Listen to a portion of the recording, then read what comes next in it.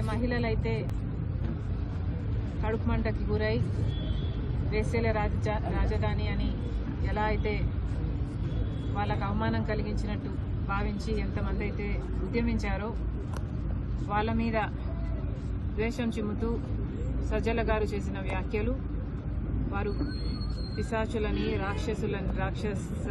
రాక్షసుల్లాగా ప్రవర్తిస్తున్నారని ఇంకా చాలా నీచంగా సంకర జాతి అని చాలా నీచంగా మాట్లాడడం జరిగింది. వాటిని కూడా కాంగ్రెస్ పార్టీ ఖండిస్తుంది. తప్పు చేసినప్పుడు క్షమించండి అని అడగడంలో నామోషీ లేదు.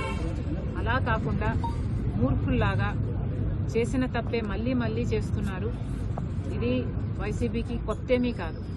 ఇదే సజ్జల గారు, ఇదే సజ్జల రామకృష్ణ రెడ్డి కొడుకు కూడా భార్గవ గారు కూడా నన్ను కూడా వదిలిపెట్టకుండా నా మీద కూడా ఒక సైన్యం సోషల్ మీడియా వేదికగా పనిచేశారు.